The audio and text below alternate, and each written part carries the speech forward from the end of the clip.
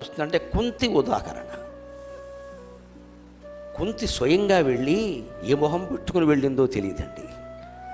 దయా దాక్షిణ్యం లేకుండా తనకి వివాహం కాదేమో, రాచరికంలో బయటపడిపోతుందేమో, 10 మందిలో అలరైపోతానేమో అని పుట్టిన బిడ్డని, ఇంకా కళ్ళు తెరవని బిడ్డని పాలు కావాలమ్మా అని అడగడం కూడా చేతకాని బిడ్డను నీటిపాలు చేసింది ఈ తల్లి.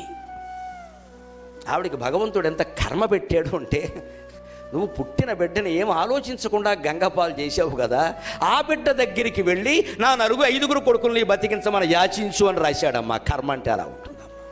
కన్నరాయుభారంలో జరిగిందా లేదా? మనకి జరగదా? గ్రహస్థితి ఎంత విచిత్రంగా ఉంటుంది మనం గ్రహించం. కానీ ఎప్పుడో పాండవులు కూడా పుట్టన ముందు సూర్యవరప్రసాదం వల్ల కర్ణుడు పుడితే ఆలోచించకుండా దాసీది నేను పెంచుతానని చెప్పిందమ్మా. వద్దు, నువ్వు పెంచినా సరే బయటపడుతుందని ఇచ్చేసింది. ఇక్కడ దాసి ఉంది, ఆవిడ పెంచుతానని చెప్పింది.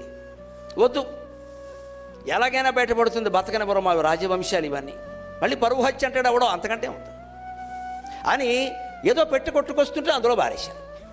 ఆ పెట్టి కూడా తీశాడు కాబట్టి సరిపోయింది. తీకపోతే బాధ్యత లేదా? మంత్రజపం చేసేటప్పుడు తెలియదా దేవతలు వస్తారని? వచ్చారు, కన్నావు, అవేవో పొరపాటు కావచ్చు, ఎలా వదిలేస్తావయ్యా? అవసరమైతే ఆ పెళ్లి మానేయాలి, ఆ వంశం మానేయాలి, నా బిడ్డ సూర్యవర ప్రసాదం అని బహిరంగంగా ప్రకటించాలి. ఏదో మానవులతో సంబంధాలు పెట్టుకుని కన్నవాళ్ళనే ప్రకటిస్తారే, దేవతా సంబంధాన్ని ప్రకటించడానికి మొహమాట పడవలసిన పని ఉందండి. తన పరువు కోసం మొహమాట పడింది. అందుకే కుంతికి భగవంతుడు ఎటువంటి గతి కల్పించాడంటే, కృష్ణుడు ఏమీ ఎరగనట్టుగా వచ్చి, అత్త నేను ప్రయత్నం చేశాను, కర్ణుడు లొంగలేదు, నువ్వు వెళ్ళి అన్నాడు. ఎందుకంటే ఆయనకి చేతకాక కాదమ్మా, ఆవిడ వెళ్ళినా పని జరగదని తెలుసు. ఈ కర్మ ఈవిడ అనుభవించాల్సిందే, తప్పదు. కర్ణుడు ఏం నేరం చేశాడని వదిలేస్తారండి పుట్టిన బిడ్డని? పెద్దయ్యాక దుర్యోధనుడితో స్నేహం చేశాక ఆయన దుర్యోధనుడిని సమర్థించడం తప్పు కావచ్చు, వస్త్రాపహరణం జరుగుతుంటే వ్యభిచారి అయిన ద్రౌపదిని నిందించవచ్చు, అవన్నీ తప్పులే కావచ్చు. కానీ పుట్టిన పసిబిడ్డ ఏ నేరమో చేయలేదే.